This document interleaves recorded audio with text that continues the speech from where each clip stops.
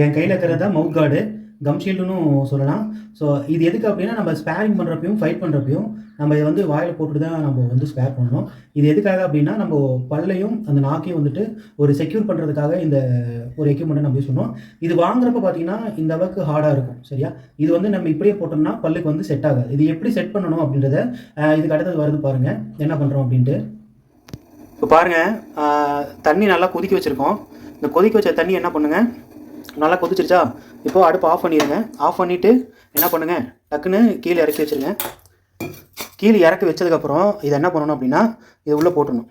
So உள்ளே போட்டதுக்கப்புறம் ஒரு 2 செகண்ட் உள்ளே பாருங்களா, இந்த மாதிரி வந்துட்டு நல்லா அது கூட சேர்ந்து விடணும். அப்போ என்ன ஆகும் அப்படின்னா, அந்த மவுத் கார்டு கொஞ்சம் உருக ஆரம்பிச்சிடும். அந்த உருகான கண்டிஷனில் நம்ம என்ன பண்ணிடலாம், மேலே எடுத்துடலாம். ஸோ எடுத்ததும் பார்த்தீங்கன்னா நல்லா ஃபுல்லாக உருகிடும். உருகினதுக்கப்புறம் என்ன பண்ணணும் அப்படின்னா, ஸோ இந்த மாதிரி நல்ல ஒரு இந்த கண்டிஷனுக்கு வந்துடும். இப்படி வந்ததுக்கப்புறம் என்ன பண்ணணும் அப்படின்னா, பாருங்கள், இந்த மாதிரி ஃபுல்லாக பிரித்து விட்டுட்டு இதை அப்படியே எடுத்து பாருங்கள், பல் இருக்கா அழகா இப்படி போட்டு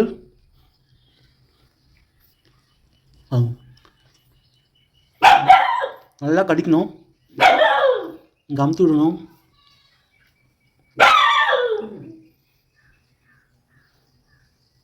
ஒரு 10 செகண்ட் இல்லை 20 செகண்ட் அப்படியே வச்சுருங்க. 20 செகண்ட் ஆகிடுச்சு. இப்போ கழிச்சா பாருங்கள் எப்படி இருக்குன்னு.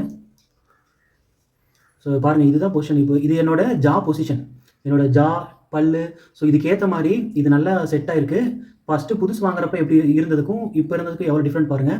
ஸோ இதே மாதிரி தான் நீங்கள் உங்களோட ஜாப் தகுந்த மாதிரி, அதாவது எவருக்கு தகுந்த மாதிரி உங்கள் மவுத் கார்டை செட் பண்ணிக்கணும். இன்னொரு முக்கியமான விஷயம், இது செட் பண்ணதுக்கப்புறம் வாயை திறந்தால் கீழே விழுவக்கூடாது. பாருங்கள், இப்போ நான் போடுறேன், வாயை திறந்தால் கீழே விழுவக்கூடாது. நிறையா பேர் என்ன பண்ணுவாங்க, இது வாயில் இப்படி போட்டதும் மேலே வைப்பாங்க, டக்குன்னு வாயிலேருந்து கீழே விழுந்துடும். அந்த மாதிரி விழக்கூடாது. ஏன் அப்படின்னா, நம்ம ஃபைட் பண்ணிட்டு இருக்கப்போ டக்குன்னு வாயை திறந்தோம் அப்படின்னா அது ஃபால் ஆகிடும்.